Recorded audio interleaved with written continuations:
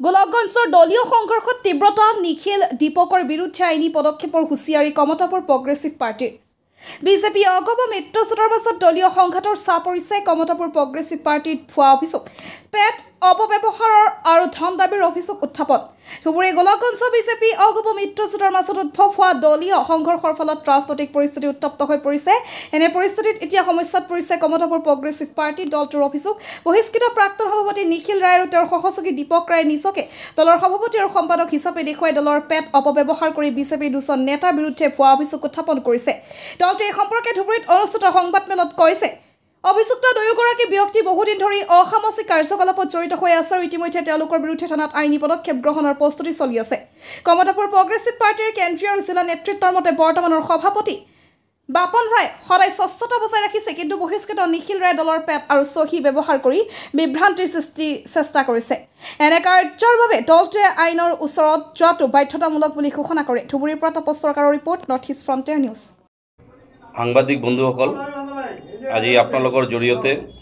আমি এটা প্ৰেছ বিজ্ঞপ্তি দিব ওলাইছোঁ যোৱাকালি গোলকগঞ্জ সমজিলা কাৰ্যালয়ত হোৱা যি বিক্ষোভ কাৰ্যসূচী পালন কৰিছে এই আমাৰ নিখিল ৰায় বুলি এজন নিজকে কেপিপিৰ ধুবুৰী জিলাৰ সভাপতি হিচাপত জাহিৰ কৰি যি এটা অভিযোগ পত্ৰ দাখিল কৰিছে সেই অভিযোগ পত্ৰ সম্পূৰ্ণভাৱে ভুৱা আৰু অবৈধ গতিকে আমি এই স্পষ্টীকৰণ দিব বিচাৰিছোঁ নিখিল ৰায় আমাৰ কোনো কেপিপিৰ সদস্য নহয় আৰু তেখেতে ভুৱা হিচাপত আমাৰ পেড ইউজ কৰি নিজকে সভাপতি হিচাপে পৰিচয় দিছে এইটো এটা স্পষ্টীকৰণ গ'ল তাৰপিছতে আমি ক'ব খুজিছোঁ যে নিখিল ৰায় যোৱা কেইদিন ধৰি সাংবাদিক সকলৰ জৰিয়তে কিছুমান অপপ্ৰচাৰ চলাই আছে ফেচবুকৰ জৰিয়তে আৰু আমাৰ কেপিপিৰ কমতাপুৰ প্ৰগ্ৰেছিভ পাৰ্টিৰ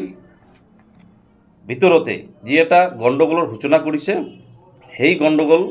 আমি মানি লোৱা নাই আৰু তেখেতক আমি ক'ব খুজিছোঁ যে আৰক্ষী প্ৰশাসনৰ ওচৰত আমি ক'ব খুজিছোঁ যে এনে ধৰণৰ যে কাৰ্যসূচী চলাই যোৱাৰ কাৰণে তেখেতক অতি শীঘ্ৰে কৰায়ত্ব কৰিবলৈ আমি অনুৰোধ জনাইছোঁ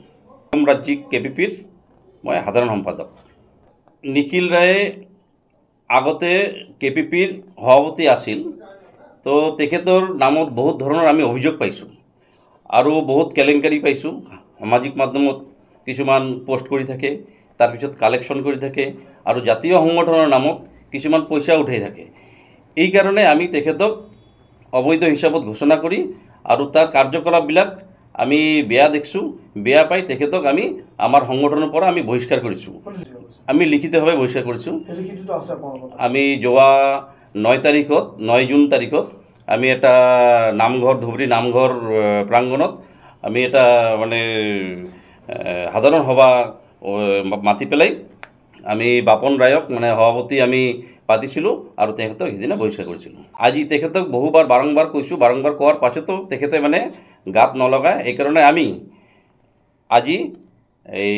ইয়াৰ বিষয়ত তেখেতৰ বিষয়ত আমি আইনত ব্যৱস্থা ল'বলৈ বাধ্য হৈছোঁ এইটো আমি ধুবুৰী প্ৰশাসনৰ ওচৰত দিম আজি দিম মানুহৰ নাম দিছে এই দুজন মানুহ মানে নামটো মই ইমান মানে অৱগত নহয় দুজন মানুহৰ নামত কমপ্লেইন দাখিল কৰিছে সেইজনক মানে প্ৰশাসনিকভাৱে হেৰাশাস্তি কৰিব লাগে আৰু আৰক্ষীৰ জৰিয়তে এখেতক মানে কৰায়ত্ব কৰিবলৈ এটা কমপ্লেইন কৰিছিল গোলকগঞ্জত যিটো ঘটনা হৈছে নিজে আৰু সি মানে নিজকে ধুবুৰী জিলাৰ মানে সভাপতি হিচাপে মানে জাহিৰ কৰি আছে আৰু তেখেতে ফল্ছ মানে এইটো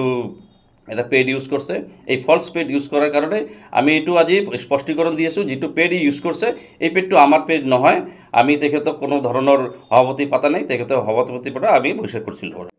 নমস্কাৰ মোৰ নাম বাপন ৰায় মই যোৱা 9/6/25 মোক সভাপতি হিচাপে